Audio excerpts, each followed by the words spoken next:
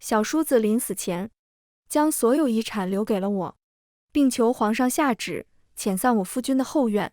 下葬那日，他的侍卫红着眼同我说：“夫人，我家公子心悦您许久，如今去了，唯一所求也只是您后半生幸福美满罢了。”我这才知道，他一直不曾娶亲的原因是我。重来一世，娘问我要嫁给谁之时，我看着一脸笃定的前世夫君，毫不犹豫地选了他的弟弟。大家好，欢迎收看达达听书。我是在容易下葬后的第2日重生的。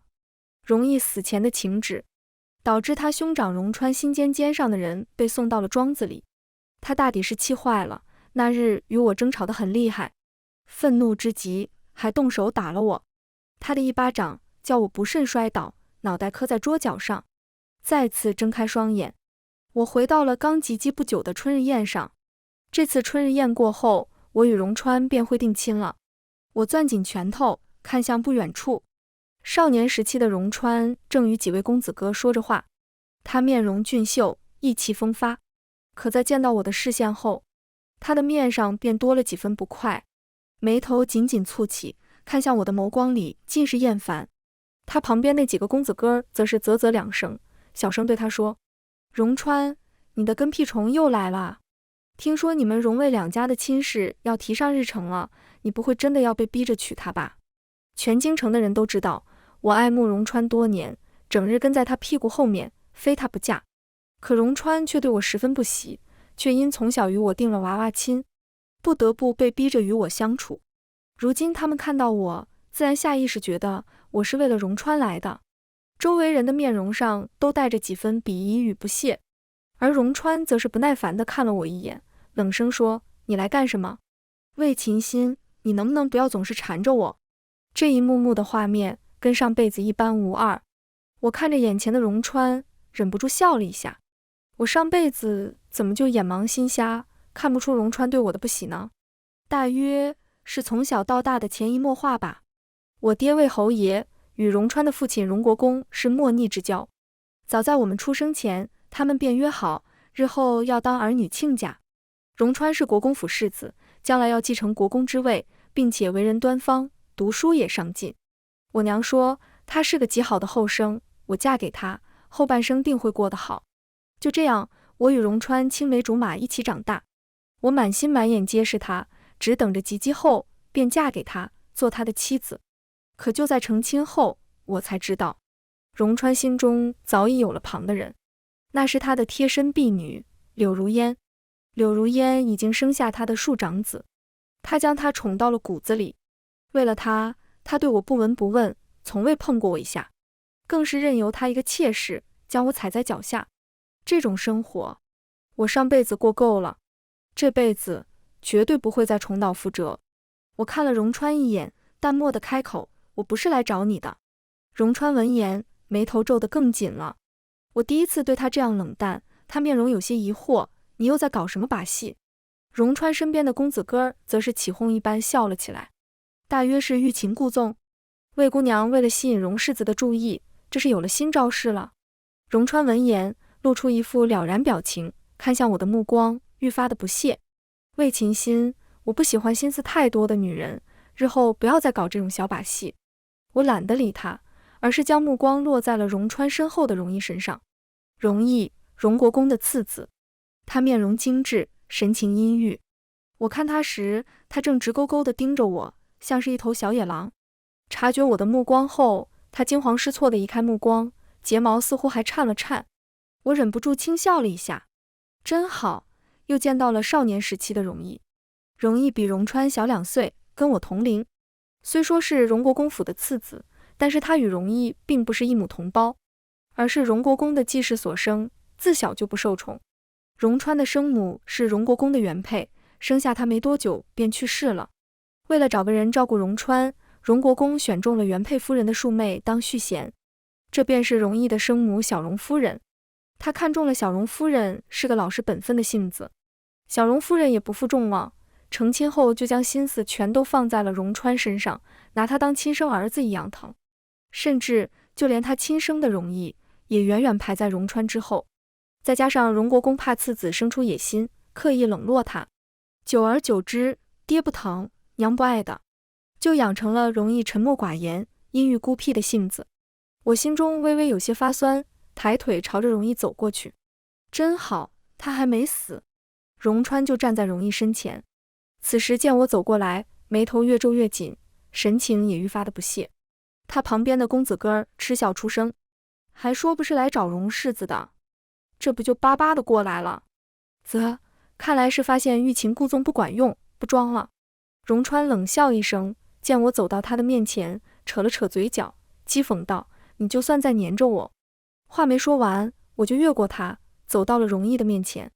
容易虽然跟我一样15岁，但是已经生得十分高大，只不过他总是沉默寡言的，无论走到哪里，都像是个隐形人一样，很少会让人注意到。我仰着脑袋，对容易说：“你是叫容易吗？”荣川要说出的话戛然而止，看着我与容易讲话，脸色顿时阴沉下来。我并没看他，而是继续对着容易说：“听说你想习武，我舅舅是将军，武艺高强，你愿意拜他为师吗？”而眼前的容易见我走了过来，紧张地攥紧了拳头，浑身紧绷地看着我。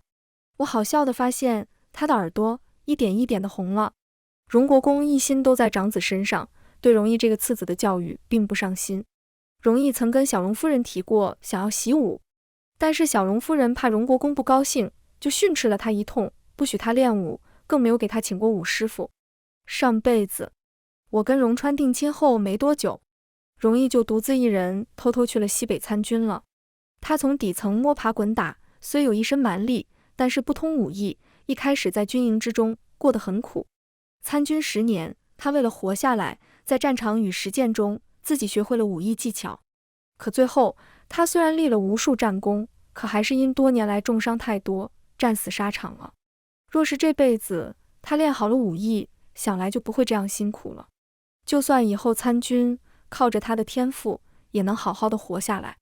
容易浑身僵硬地点了点头，他看起来极为紧张，但是眸子却亮晶晶的，大约是许久没有讲话，他声音有些沙哑：“我愿意。”我朝着他莞尔一笑：“好，明日你到我府中来，我哥哥会带你寻我舅舅的。”见容易双眸亮晶晶的点头，我缓缓地笑了，随后没再看荣川一眼，转身便离开了这里。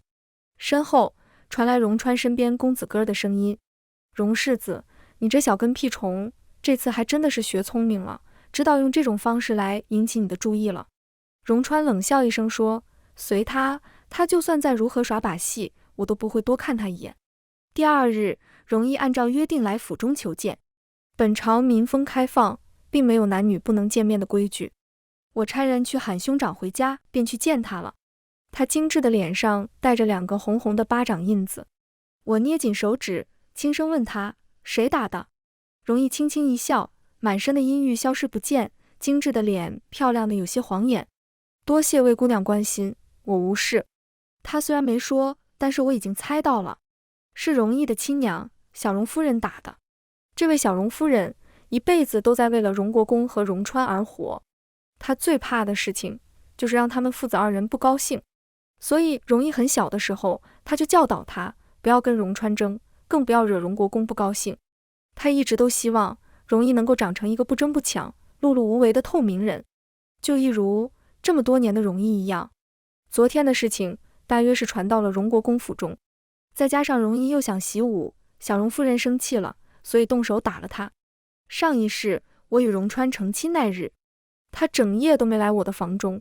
第2日一早，容易第一次不再听从小荣夫人的话，做一个隐形人，而是与荣川大打出手。小荣夫人气得命人打了他20大板，又罚他跪了3天3夜的祠堂，折腾得他半条命都没了，才肯放他出来。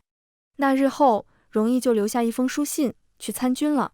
后来我每次与荣川吵架之时，小荣夫人都会趁着我请安之时搓磨我，罚我抄女戒，告诉我女子要以夫为天。她对荣川的事情在意至极。可得知容易死后，她只是哭了一场，却在听说容易死前的请旨后，指着他的棺椁大骂，骂他针对他的兄长，死了也不安生，搅和的家中鸡犬不宁，还说宁愿自己从未生过这个儿子。我看着容易面上的巴掌印，心中有些酸涩。这世上怎么会有这样的娘？我让丫鬟拿来金疮药，亲手给她上药。容易脸色涨红，身体僵硬，有些不知所措地站在那。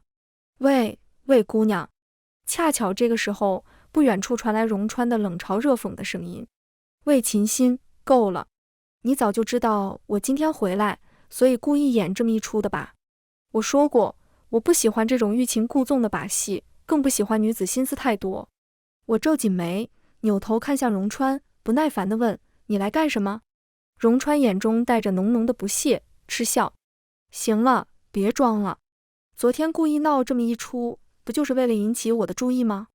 魏秦心，你得逞了，我父亲知道了昨日的事情，让我来跟你道歉。说完，他又皱眉看向容易：你回去吧，别再被这个心思狡诈的女人骗了，她根本不想帮你介绍什么武师傅，就是利用你刺激我。几乎是瞬间，容易的身体就僵硬了下来。他缓缓垂下眼帘，面上是掩饰不住的落寞。他大概也觉得我是用他来刺激荣川的。我看着荣川这副自大的模样，心里面烦透了。上辈子我真是瞎了眼，居然会喜欢这种人。我没好气地说：荣川，自恋是一种病，得治。我没想引起你的注意，你也不用跟我道歉，我这里不欢迎你，你走吧。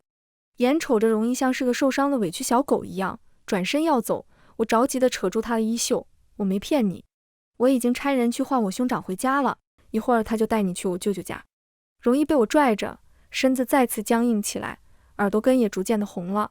荣川则是根本不相信我说的话，他冷笑一声，一副不耐烦的模样。行了，魏秦心，我今天过来不是为了来看你装的，你那些欲擒故纵的激将法对我也没用。收起你那些小心思，只要你以后老实一点，不再耍心机，我会听爹的话娶你回府。是的，荣川从来没有说过退亲，也没有表现出抗拒娶我的模样，所以我上辈子才会傻傻的以为他只是有时候别扭了些，并不是心中没有我。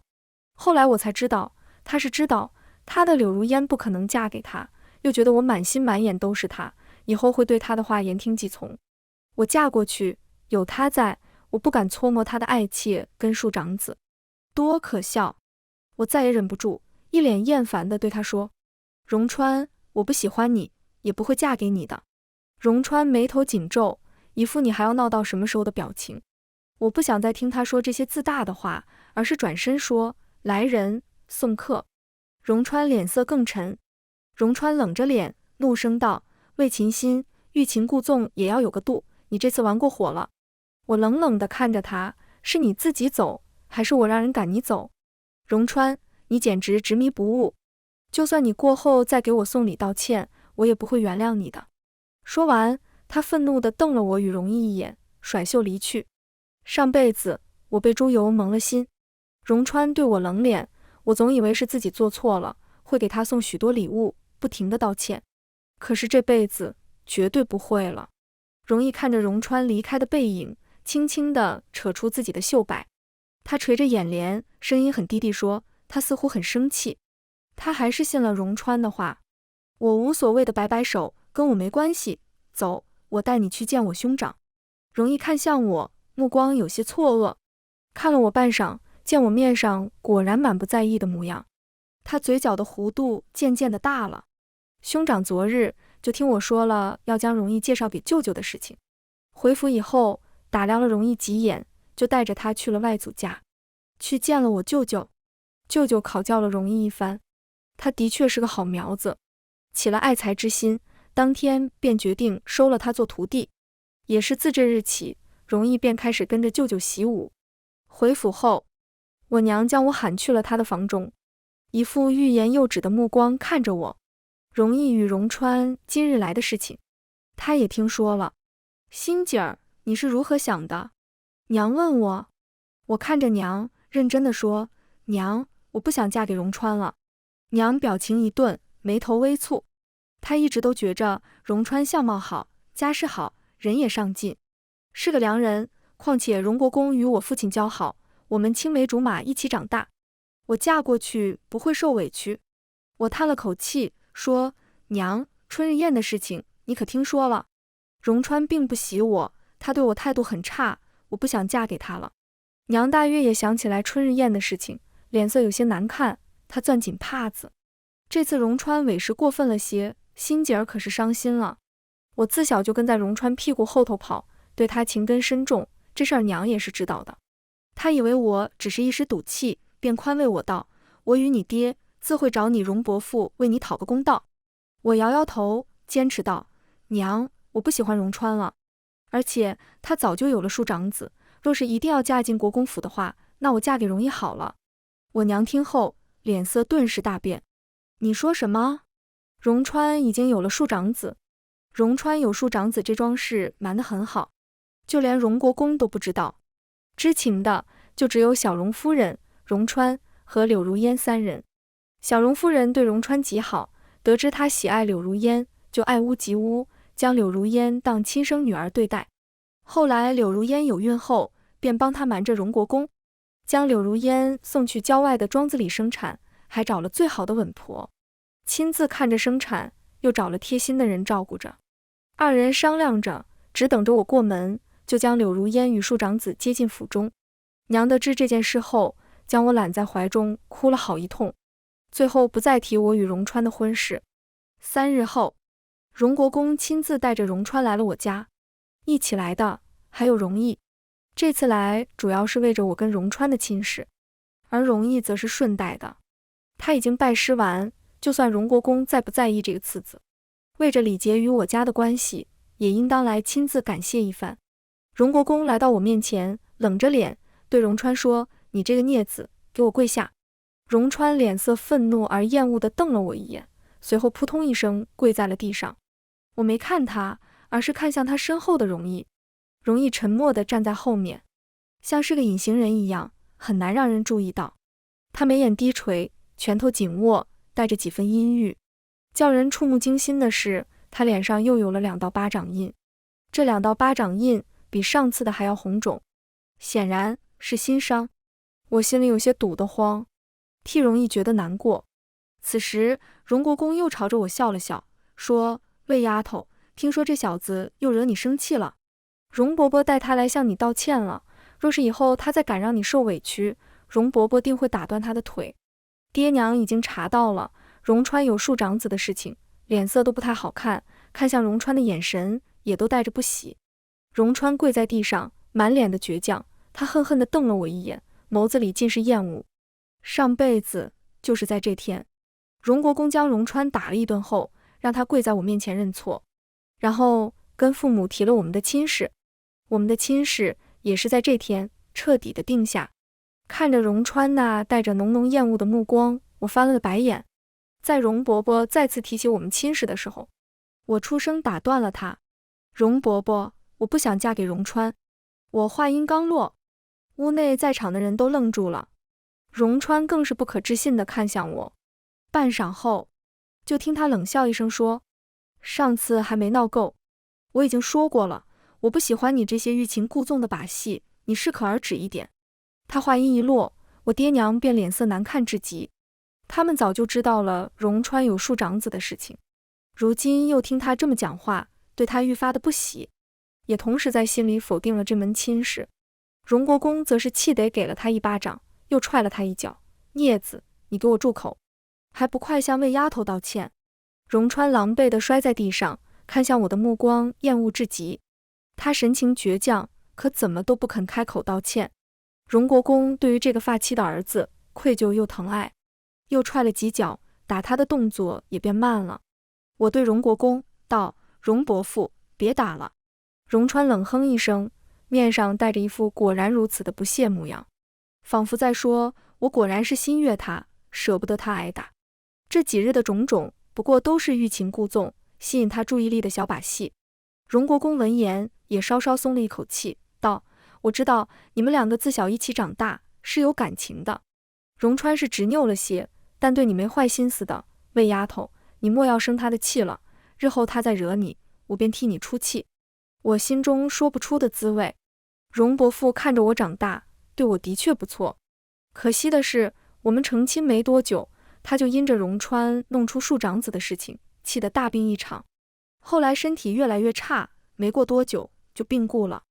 我看了一眼仍旧满脸不屑的荣川，心中说不出的愤怒。这个不仁不义、不忠不孝的混账东西，简直就该被千刀万剐了。我压下心头的火气，朝着荣国公笑了笑，摇了摇头说：“荣伯父，我对荣世子无意。如果真的要选一个人嫁的话。”我伸出手指向荣川身后的人，斩钉截铁地说：“那我选荣毅。”荣毅猛地抬起头，震惊地看向我，他精致的面容仿佛都亮了几分，瞧着好看极了。荣国公也蹙眉愣住，荣川则是不屑地嗤笑：“魏秦心，你够了，到了现在还在玩这些把戏？你真以为假装看上荣毅，我就会为了你吃醋着急？你别做梦了。好了，我答应娶你总行了吧？你现在如意了，以后别再玩这些无聊的把戏了。你不嫌丢人，我还嫌丢人呢。”荣国公听了他的话，好似明白了过来，叹息一声道：“魏丫头，我知道你生荣川的气，日后还是别开这种玩笑了。”荣毅攥紧的拳一点一点地松开，他像是自嘲一般，扯着唇笑了一下，随后神情落寞地垂下眼帘。我气坏了，指着荣川骂道：“你算是个什么东西，也值得我为了你演戏？我告诉你，荣川，我就算是死也不嫁给你这种人渣。”荣川脸色阴沉，你……荣国公脸色也有些不太好看。恰巧这个时候，我爹开了口，他听着方才荣川的话，早就有了一肚子的火气，现在也压不住了。荣兄，我听说你家别院庄子里头养着荣川的外甥跟庶长子，我们家的姑娘再怎么样，也没有嫁过去就给人当娘的道理，他们两人的婚事，我看还是就算了吧。荣国公脸色一阵青一阵白，他愤怒地看向荣川，此话当真？荣川没想到庶长子的事情会被我们知晓，脸色都有些白了。荣国公看到他这副样子，还有什么不明白的？脸色难看至极，他捂着胸口，愤怒地指着荣川骂道：“你这个逆子，看我今天不打死你！”他脚步有些踉跄，差点摔倒在地，还是我爹赶紧扶住他，然后又叫来了大夫给他把脉。这次荣国公诊治的及时，并未落下大病。我爹看着好友如此，也叹了口气，劝道：“荣兄，儿孙自有儿孙福，你也莫要动怒。况且这些都是小事，不会影响你我二人的兄弟之情。我觉得荣毅不错，就换他吧。”荣国公点了点头，看向荣毅问：“你可愿娶魏家丫头？”荣毅看向我，他目光亮晶晶的，仍旧带着几分不可置信。我朝着他含笑点头。他攥紧拳头，斩钉截铁地说：“孩儿愿意，日后孩儿定不会辜负魏姑娘。”我爹满意地点了点头。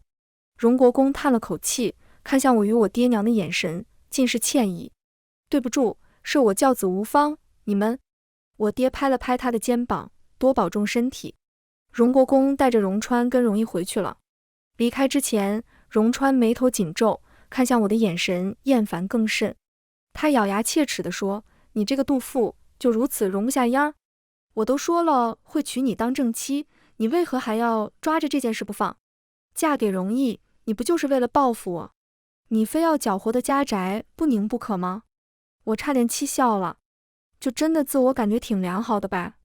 还好他没狗叫多久，就被荣国公一巴掌甩在脸上，然后被人押着走了。荣魏两家定亲的事情很快就传了出去，但并不是如大家所猜测的那样，定亲的居然不是我跟荣川，而是我跟荣毅。众人都惊掉了下巴，纷纷以为听错了。而荣川回去后就被荣国公打了板子，还罚他跪了祠堂。听说小荣夫人哭得上气不接下气，求荣国公饶了荣川，后来还被荣国公狠狠斥责了一通。他回到房间后，就将荣毅叫了去。荣毅再次出来之时，脸已经被扇肿了。就这样，我与荣毅定了亲。可由于我跟荣毅年纪都不大，亲事定在了2年后。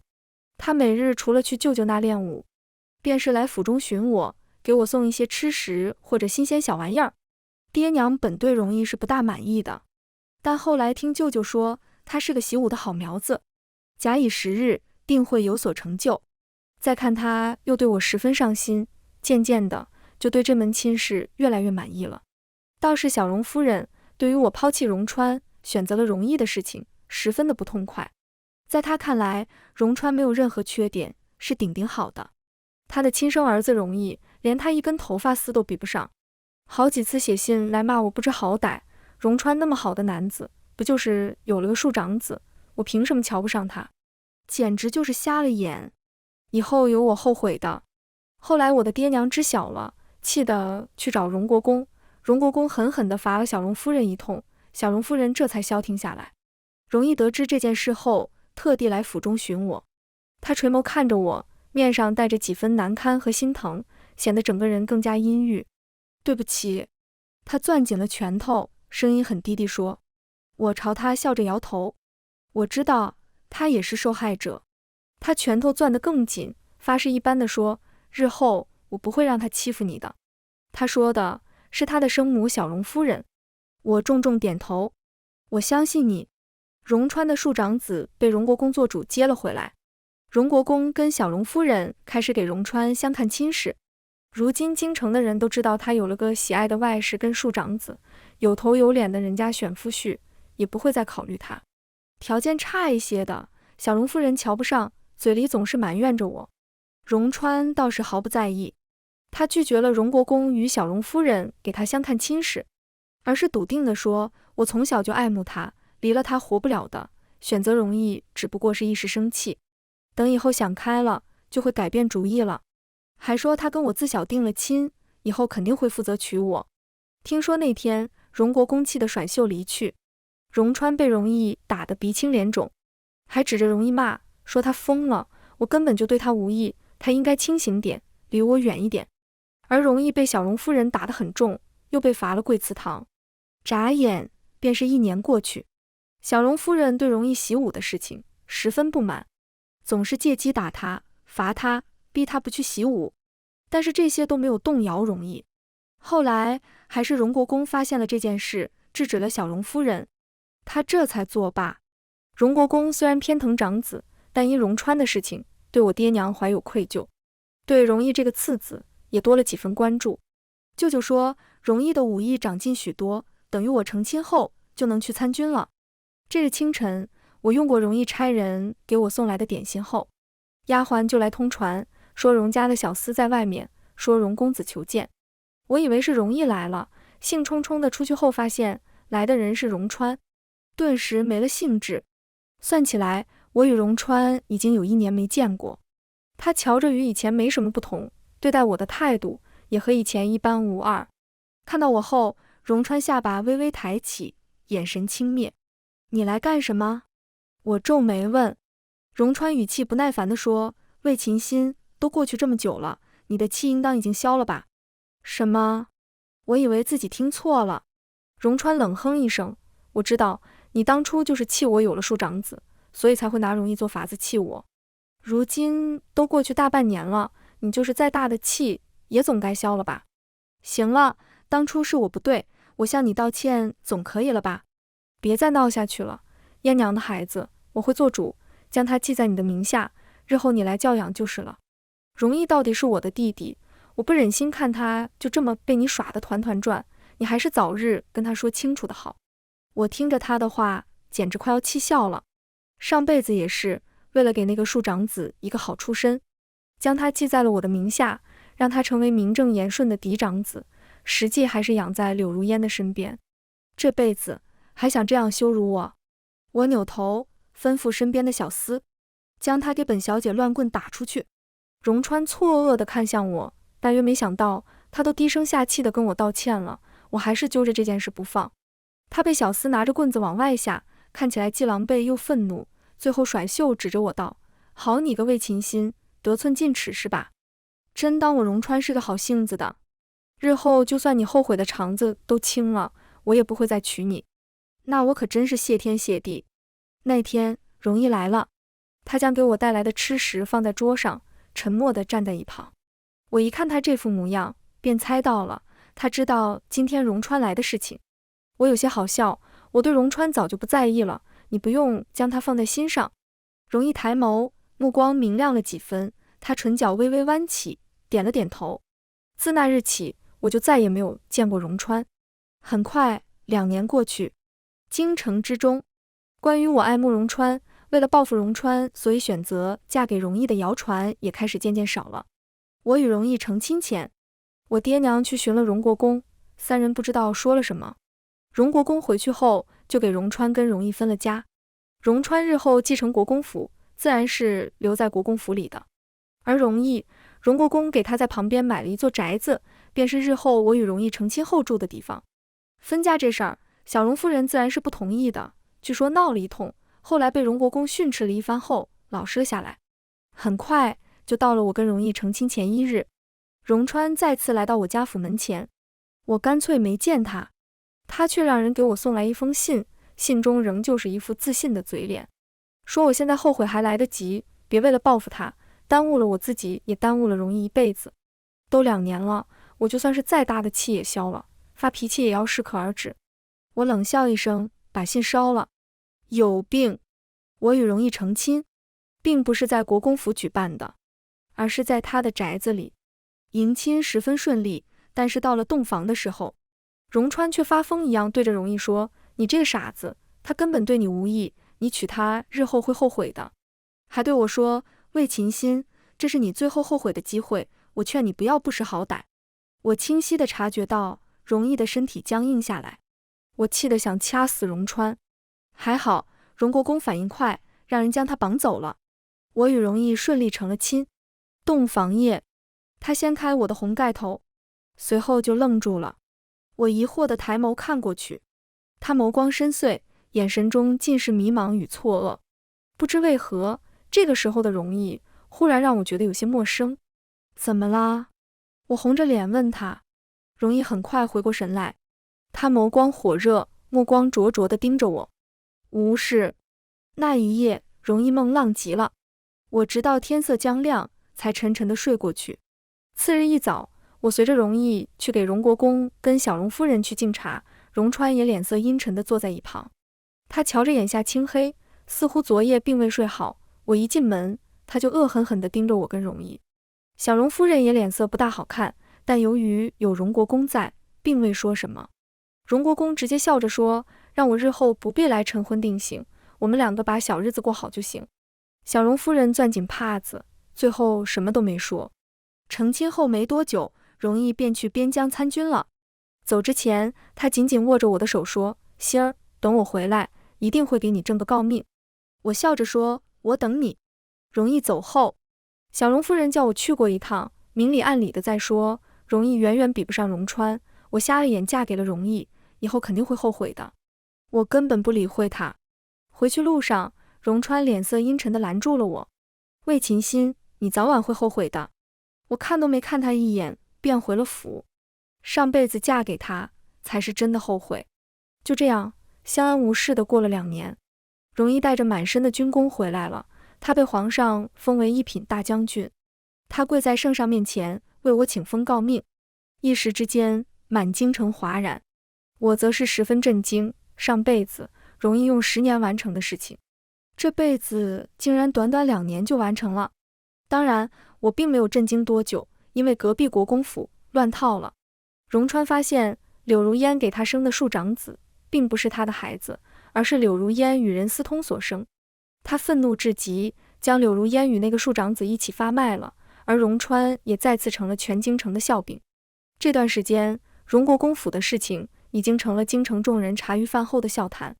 一个是荣义有出息，成了一品将军，另一个则是荣川被戴了绿帽子的事情。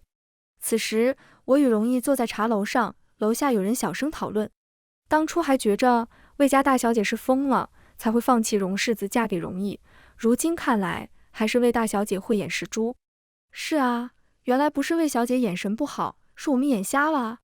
荣家2个兄弟稍微一对比，就高下立显了。当初嫁给荣川，才是有苦说不出。楼上，荣义目光深邃地看着我，我笑盈盈地说：“瞧，他们都夸我眼光好呢。”荣义听后也缓缓地笑了：“是我有福气，能娶到夫人。”荣义番外，第一次见到魏琴心是在我8岁那年。娘发现我偷偷读书，愤怒地撕了我的书，然后抽了我5鞭子，罚我跪在祠堂里。她歇斯底里地对着我吼：“你为什么要上进？一辈子当个没本事的纨绔不好吗？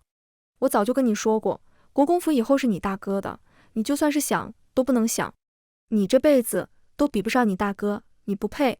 我在祠堂里跪了3天3夜，也饿了3天3夜，这已经不是第一次了。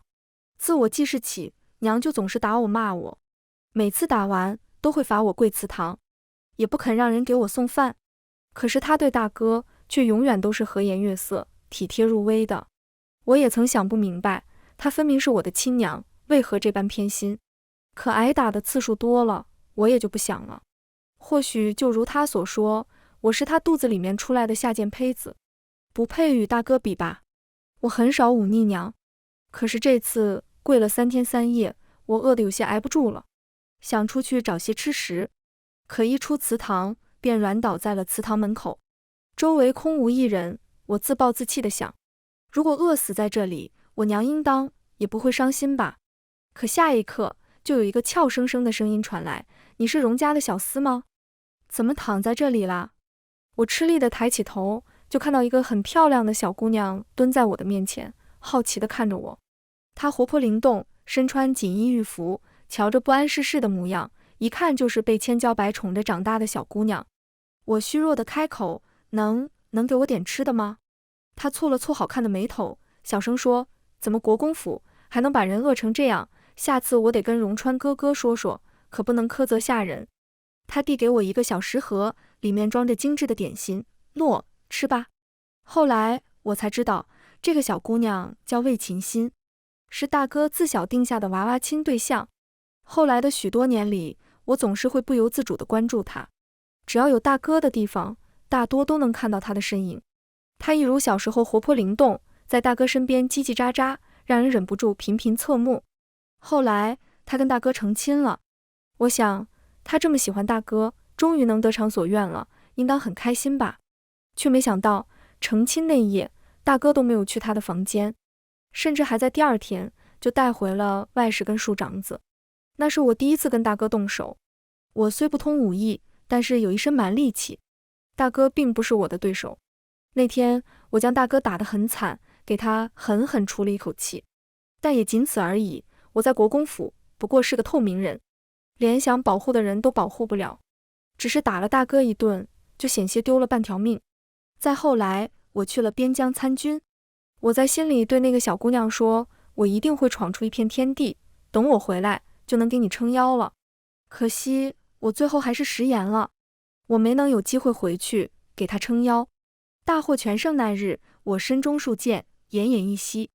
我叫来亲卫，强撑着最后一口气，写了遗嘱，我的所有遗产都留给我的大嫂魏琴心，还有我向皇上请旨，遣散我大哥的后院。接下来的后半生，他应当能过得好一些吧。我不甘心地闭上了双眼，却没想到再次睁开双眼，就看到了近在咫尺的小姑娘。她红盖头下的脸好看的让我心砰砰狂跳，我一眨不眨地看着她，整个人都呆愣住了。周围人笑着起哄，新郎官看新娘子看傻了，这是。她抿着唇，正眉眼弯弯地朝着我笑，这不是梦吧？我狠狠掐了自己一把，竟然是疼的。全文完，达达听书，感谢您的观看，每天上新精彩小说，喜欢就订阅吧。